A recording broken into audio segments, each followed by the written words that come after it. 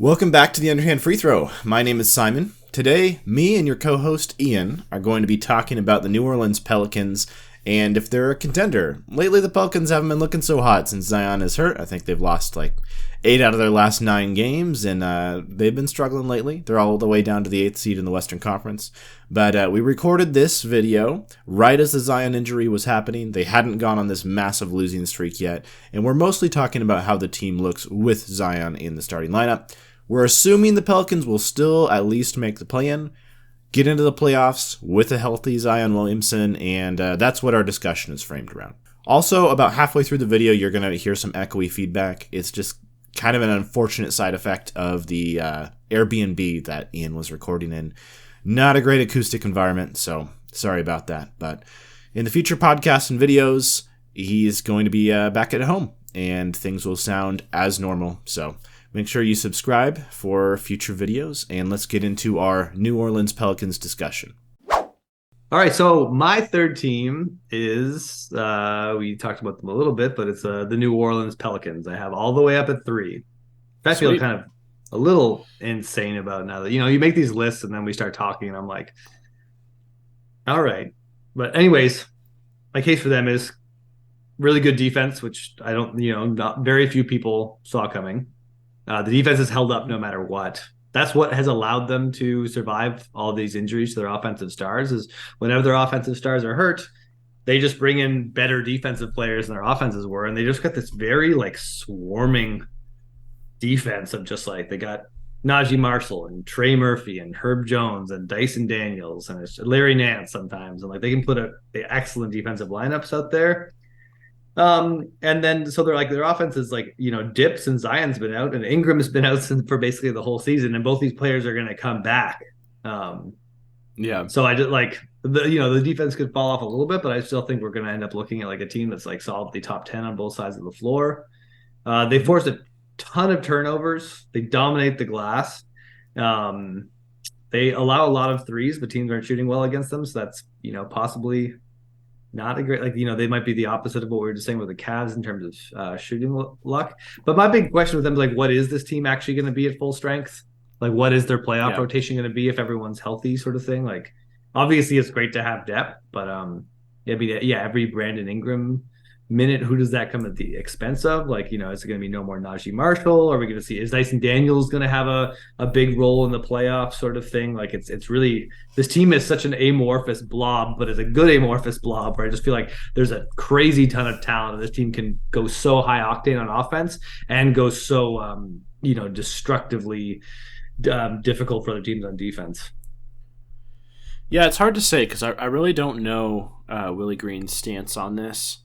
I mean, he played Trey Murphy a tad in the playoffs last year, but not a whole lot. So it'll be interesting to see if he lets Dyson Daniels hit the floor, in a playoff rotation. I'm not sure. An old school coach, you would say probably not. But yeah, Willie Green has only been coaching an NBA team for a little over a year, so it's difficult to read him at this point. But well, as two people who have coached an NBA team for even less than a year, by that I mean 0 less minutes time.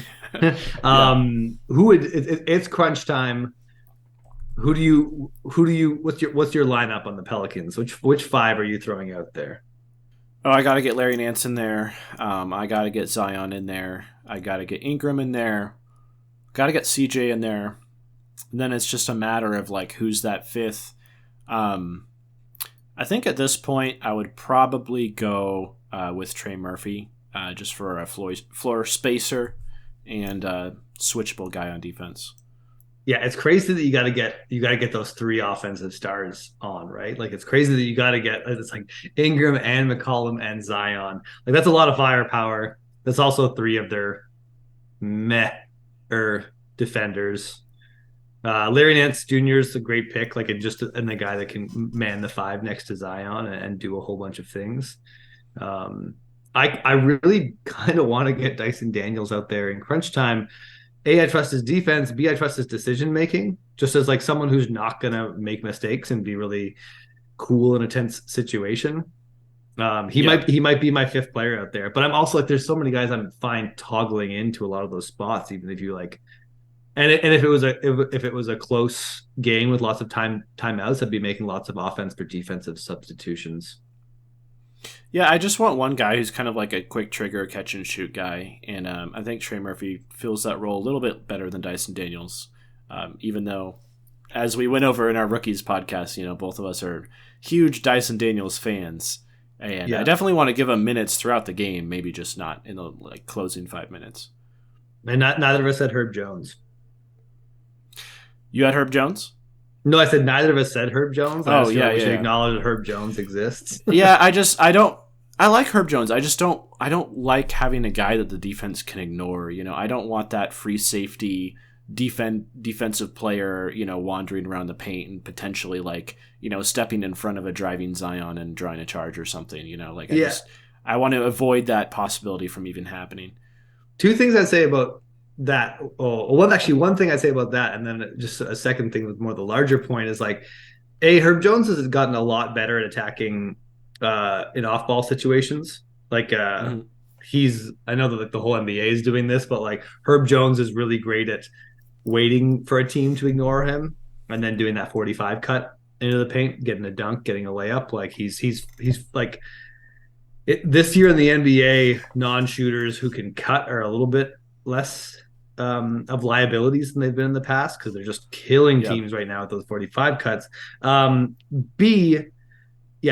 Jones out there, or B, with the lineup you put up there with CJ and Ingram and Zion and Nance and whether it's Trey Murphy in that fifth spot, let's say they're playing the Lakers in the first round, or they're playing the Clippers in the first round, and who's guarding Kawhi Leonard on those crucial possessions down there? Because I feel like with that lineup, you're sitting every single stopper on the bench, and as much as you're going to score every time down the floor, you might be giving it back just the same. And it's not like Larry Nance is a monster one-on-one defender.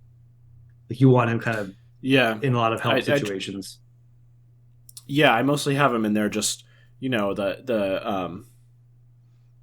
the mobility as a big, just providing some semblance of neither of us are putting Jonas Valanciunas out there.